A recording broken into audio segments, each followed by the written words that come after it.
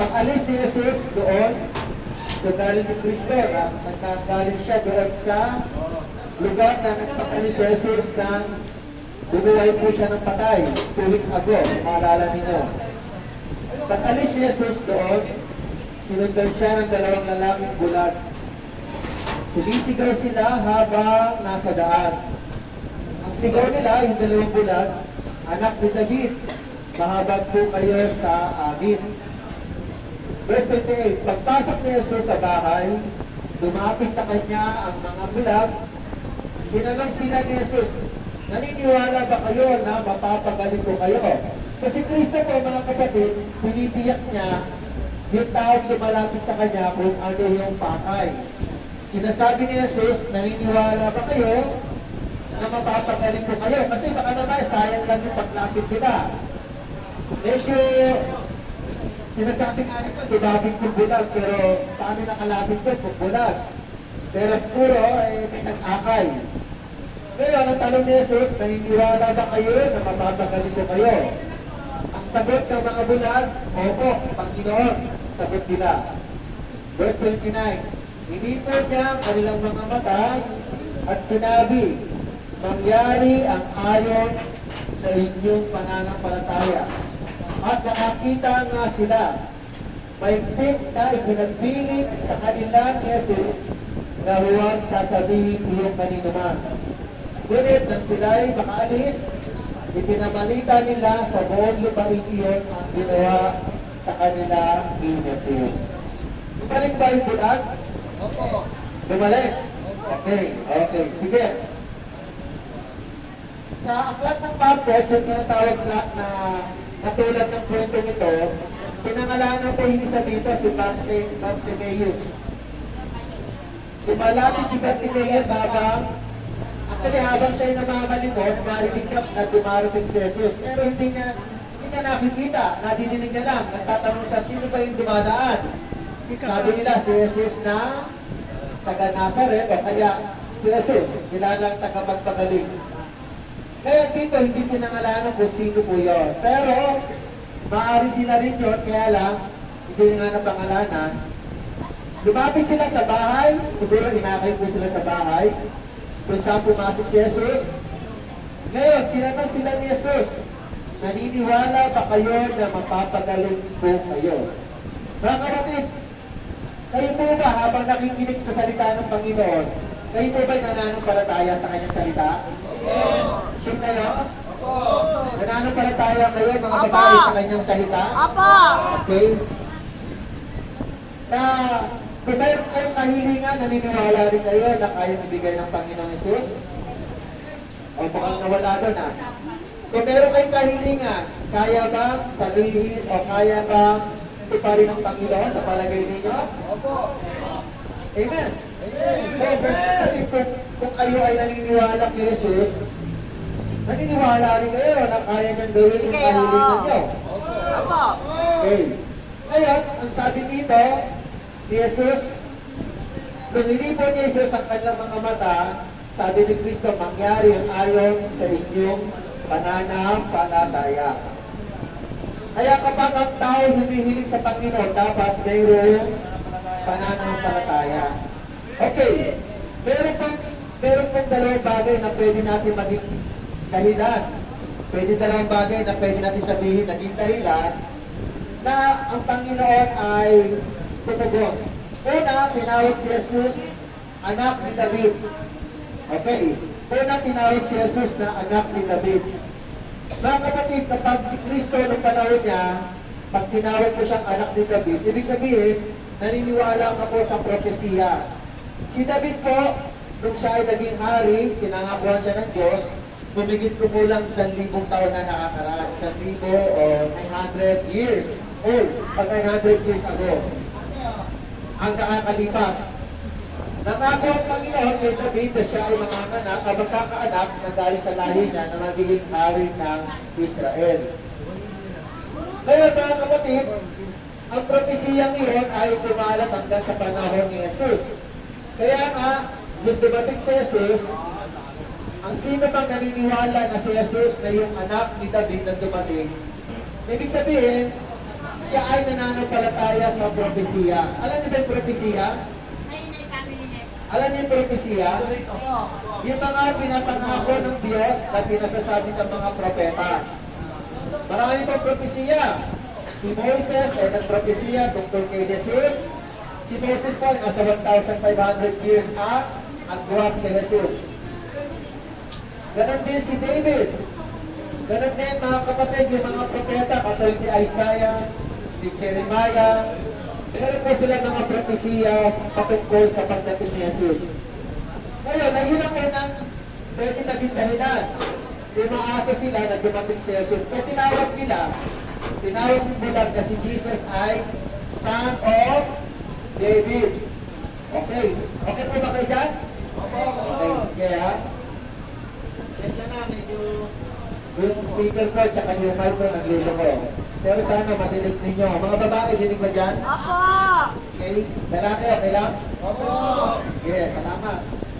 Pangalawa, may sinabi pa yung mga bulag. Una sinabi, anak ni David. Pangalawa, mahabag po kayo sa amin. Pangalawa, yung humihingi ng habag. Ano ibig sabihin ng habag? Maawa. Mga kapatid, kayo po ba ay humihingi rin ng habag sa Diyos? Ha? Hello. Tanay ko lang po kayo, kayo rin ba humihingi ng awa sa Diyos? Lalo na sa kalagayan natin ngayon dyan, kailangan natin ng awa ng Diyos. Kaya importante ganoon din sa mga kababaihan. Ngayon, dahil sa kanilang sinabi, anak ni David, saka mahabag po kayo sa amin, pinansin sila ni Jesus. Pinansin sila ni Kristo. Mga kapatid, hindi ko lang alam kung parang nagkwento ko na rito nung nahuli ako sa EDSA. No? Mukhang na nagkwento. Hindi ko sure kung nagkwento ko na, no? Sa EDSA po, meron po ang tinatawag na bawat yung violation type kapag meron ng yellow lane, dapat aalis ka din kung hindi ka mag-u-turn. Ngayon, after ng SM North, alam ko naman yun, sanay naman ako sa EDSA, kaya lang, nawala sa isip ko, pumasok mo ako sa yellow lane, pero naalala ko, bigla pa lang, nga pala, dapat lalabas ako. Nakita na po ako ng nakita na po ako ng traffic enforcer. Sa dulo, may tinawag po ako. Siyempre po, kailangan sumunod ka, huminto ka. Kinuha yung lisensya ko, mga kapatid. Tapos, sabi sa akin, sir, bawal po yung ginawa ninyo. Umami naman ako, sabi ko, sir, actually, alam ko po yan, kaya alam, nawala sa isip ko. Lumabas naman ako, hindi ko naman pinagpatuloy. Nakita niya na sa malayo, lumabas na ako. Sabi ko sa kanya, tapos tinignan niya yung lisensya ko, sabi niya sa akin, kung malayo ka pa pala, San Mateo. Siguro hindi ka sanay dito. So sabi ko, hindi sanay, kaya lang, alam ko naman po yan, inaamin ko, kasalanan ko, kaya nga lumabas ako. Tapos sabi ko sa kanya, sir, baka pwede palagpasin mo na to, nakikiusap ako. Nakikiusap ako na huwag niya na punin yung lisensya ko, patawarin niya na ako. Sabi na, kapag pinatawag kita, kasi sa likod ko meron yung nahuli rin, Fortuner naman, nahuli rin sa likod ko. Pag pinatawag kita, dapat patawarin din yung nasa likod, nahihuli. Sabi ko naman, sir, inaamin ko naman talaga Ayaw ko bang ibigay yung lisensya ko. Minsan makulit ako Minsan makulit ako kapag hindi ko naman intention magkamali, nakikiusap ako. So ngayon, nagtatagal kami dalawa, umalis na yung Fortuner sa likod. Sabi ko, sir, baka pwede makiusap, patawarin niyo na ako, hindi ko naman sinasadya. Siguro, nagtatagal kami, meron ako sinabi isang salita. Sabi ko sa kanya, sir, ang ginamit kong salita ito Sabi ko, sir, maawa naman kayo sa akin. Yan. Okay, ulitin ko po Ang ginamit kong salita ay, sir, maawa naman kayo sa akin. O kaya, mahabag. Tama ba? Opo, Pastor. Mga kapatid, hindi ko alam. Ibinigay yung lisensya. O sige, huwag na mauulit. Maraming salamat, sir. Para sa ano pangalan nyo? Wala siyang pangalan. Para siguro sa security nila. Pero, yun nga sinasabi ko, na nakiusap naman ako. Hindi ko naman, kung talagang tatagal, wala akong magagawa. Eh, sige po, tikita nyo na ako. Kaya lang, kung sinabi ko po yung, sir, maawa naman kayo sa akin. Naawa, mga kapatid, naawa. So, nagpapasalamat ako sa Panginoon. Ganun pa man, iniingatan ko kasi talagang magkaroon ng violation kasi nga, mahirap ano, kasi ayaw ko maglagay. Siyempre, nasa Panginoon ka, maglalagay ka, di ba? Kaya talagang tutubusin mo yun, lisensya mo, malayo pa naman yun, Quezon City. Ganun pa man, tulad po nung 2 bulan, nung sinabi nila, maawa po kayo sa amin, sabi ni Jesus naman sa kanila, naniniwala ba kayo na gagaling kayo? Opo. Panginoon, ito pa yung pangatlo, yung opo. Ibig sabihin, nananampalataya po sila. Kayo po ba, naniniwala kayo na tutugunin ng Panginoon yung kanyang kahilingan? Oo. Yun, ibig sabihin, palatandaan po, nananampalataya kayo. Amen. Pangatlo, tinawag niya si Jesus na Panginoon. Apat. Una, tinawag na anak ni David. Pangalawa, mahabag po kayo sa amin. Yung pag-humingi ka ng kahabagan sa isang tao, talaga wala ka ng choice. Kung pangasano, wala ka ng magagawa. Pag tayo po humingi ng habag sa tao, ibig sabihin, sinusuko mo ng sarili mo sa kanya. Amen ba yun? Yes. Kasi kung talagang ma-pride ka, mayaman ka, baka hindi ka humingi ng tawad. Kasi ma-pride ka eh. Pero kung talagang meron kang tinatawag na humbleness sa puso mo, nagpapakumbaba ka, pwede mong hingin yung awa pag wala ka ng kakayahang gawin. Pag hindi mo na kaya yung sarili mo iligtas, hihingi ka ng awa at habag sa Panginoon. So, ang pangatlo ay tinawag niya, nanampalataya po sila, sagot nila opo, at pang-apat, tinawag niya si Jesus na Panginoon. Okay, review tayo. Ano yung una? Kung naaalala ninyo, nakikinig kayo, di ba? Ano yung unang tinawag na sinabi ng mga bulat? Hindi. Pangalawa yun. Ano yung una? Hindi kayo nakikinig ha? Exam tayo, exam. Ano yung una? Anak ni David. Di ba? Ibig sabihin, na naniwala sila sa propesiya na si Kristo yung anak ni David. Pangalawa, ano? Pangalawa. Mahabag ka. Mahabag po kayo, mahabag po kayo sa amin. Pangatlo, ano yun? Ano yung pangatlo? Binanggit ko na. Hindi, pangalawa yun eh. Sumasampalataya. Ano? Opo. Kasi tinanong sila ni Jesus, naniniwala ba kayo, nagagaling kayo? Opo, di ba? Kasi Nananampalataya sila. Kasi yung pangalawa pa lang yan, yun ang ibig sabihin nananampalataya sila. Kaya sila sumagot ng opo. Ano yung huli? Yung pang-apat? Tinawag na? Panginoon. Wala yata tumama ah.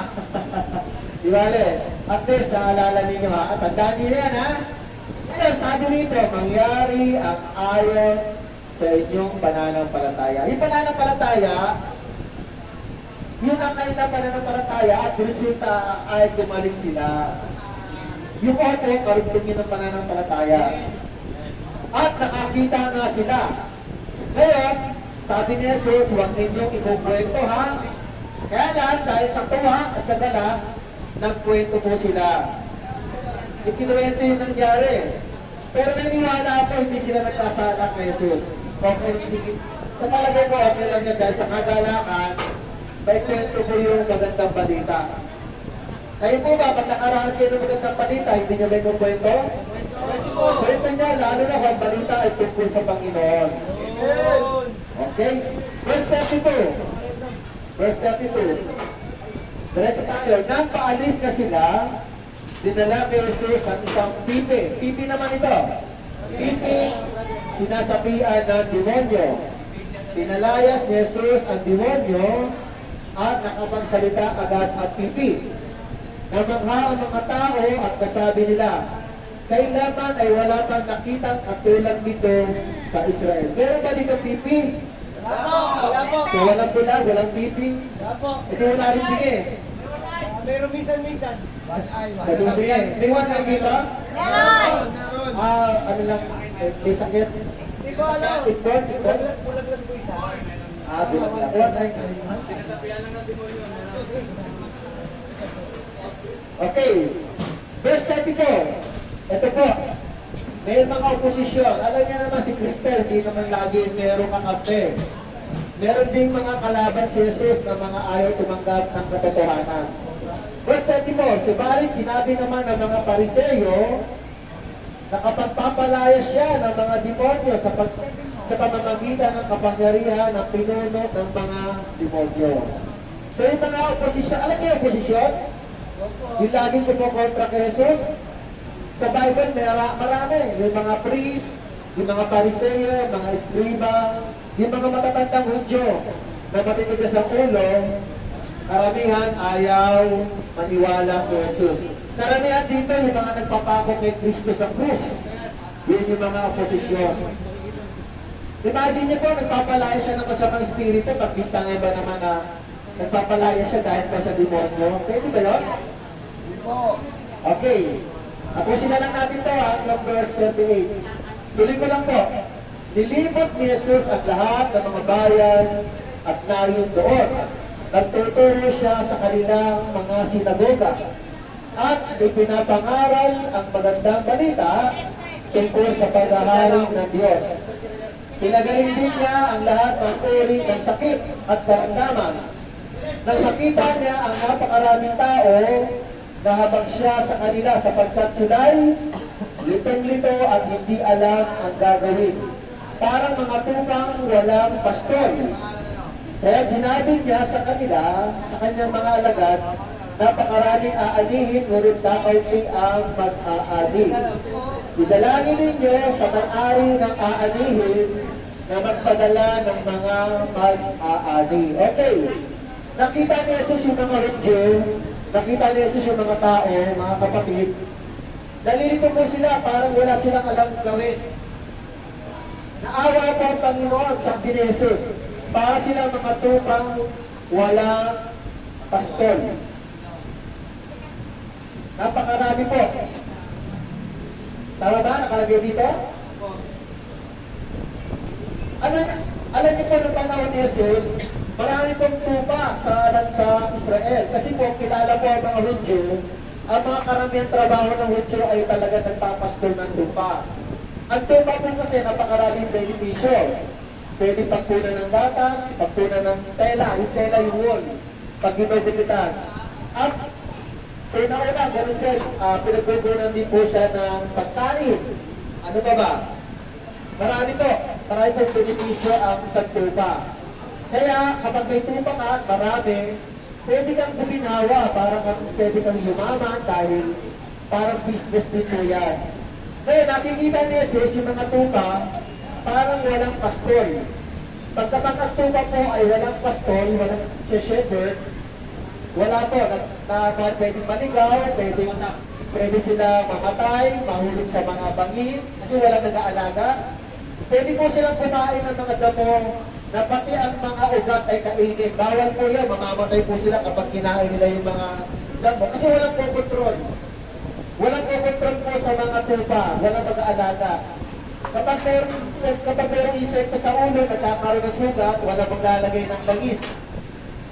Mga kapatid, tandaan po natin, si Kristo po ay naaawa sa mga Hudyo na walang parang tupa na walang pastol.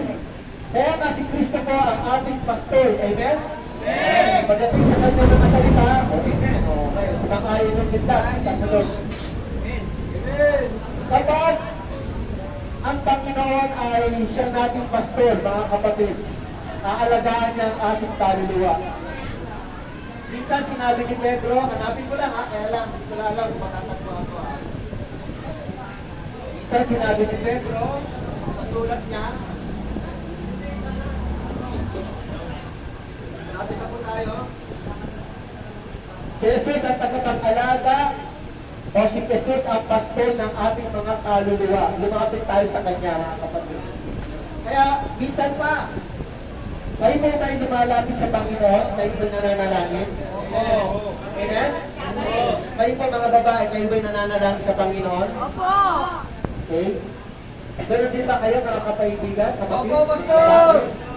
Lalo na pag nasa loob kayo, para kayo, naghahanap kayo ng mahihinga ng tulong. Bukod sa tulong ng PAO, yung PAO po, tumutulong po yan, yung Public Attorney's Office. Tumutulong po yan sa atin.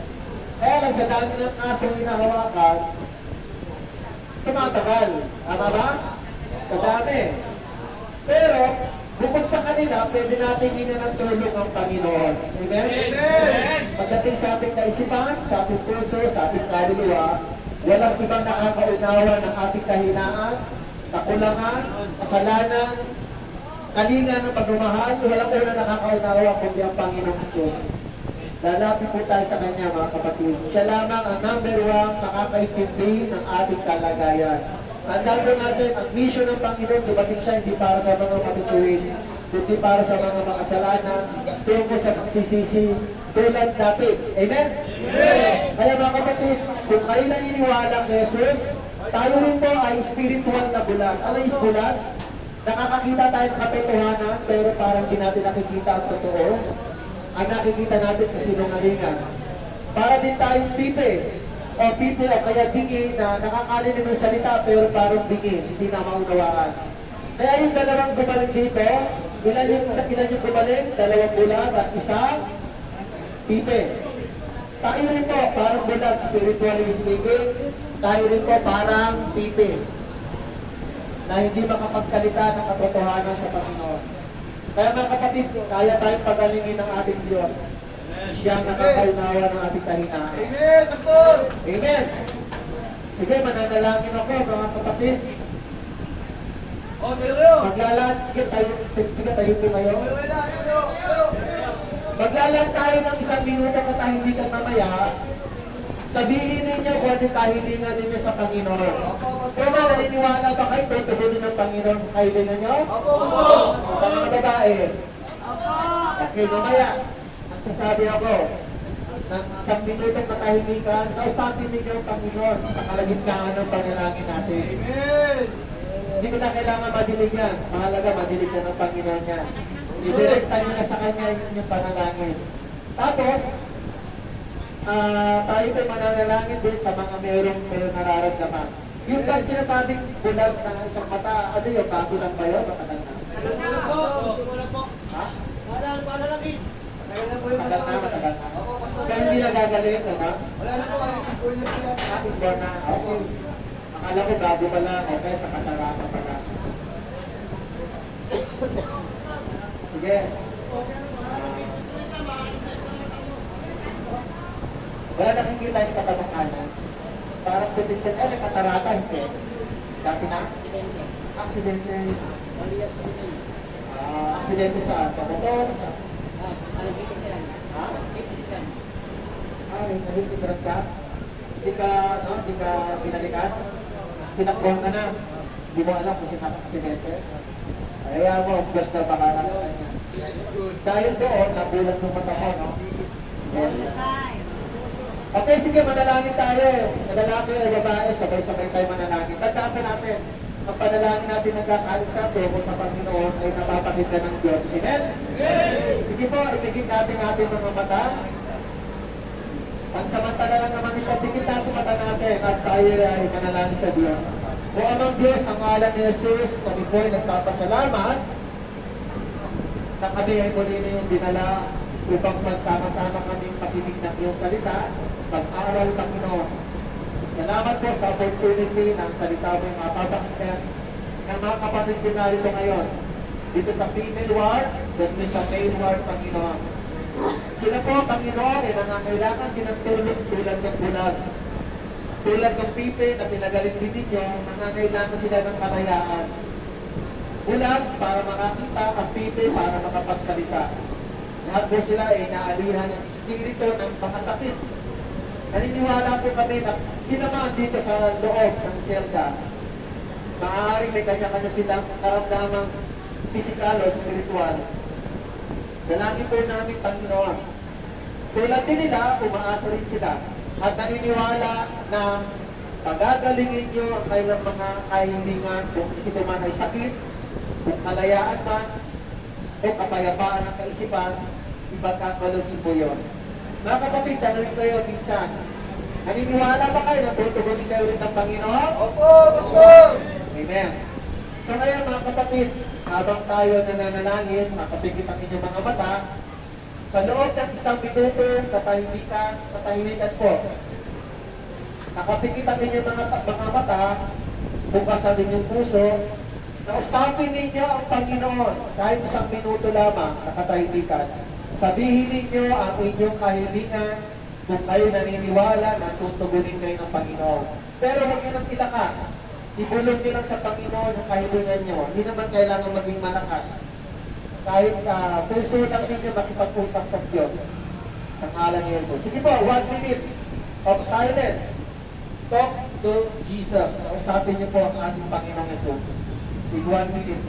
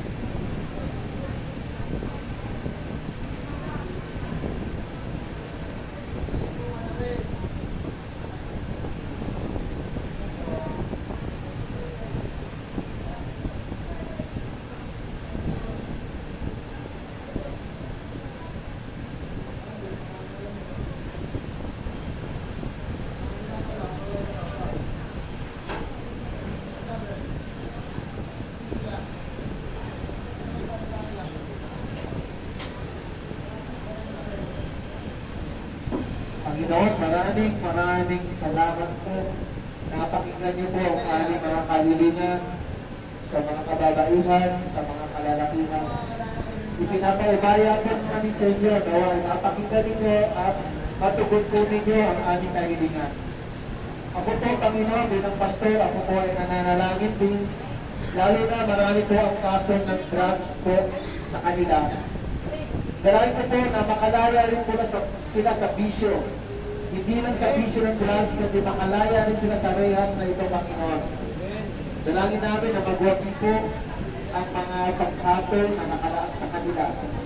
Kung ano man ang kaso ng iba, bukod sa drugs, nawa, magkaroon din sila ng kalayaan sa takdang panahon.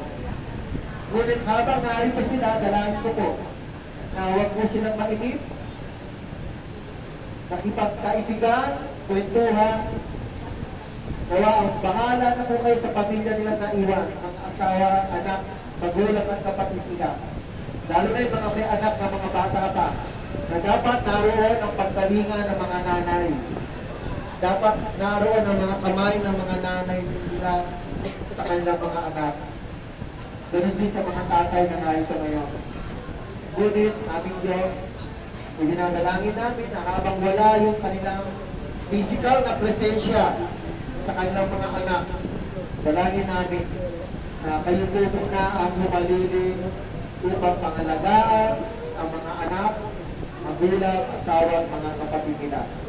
Kaya habang narito sila, magbabayan po sila, kaya ang espiritu ng pag-ibig, espiritu ng pagkakaunawa, pagpapatawad, pagpapasensya, espiritu ng pag-ibig o kaya ay self-control, upang maiwasan ng galit, bunso ng mga damdamin sa mga galit, ay huwag magwagi, kundi magwagi po ang espiritu ng pag-ibig, pagkakaunawaan sa loob ng lugar na ito.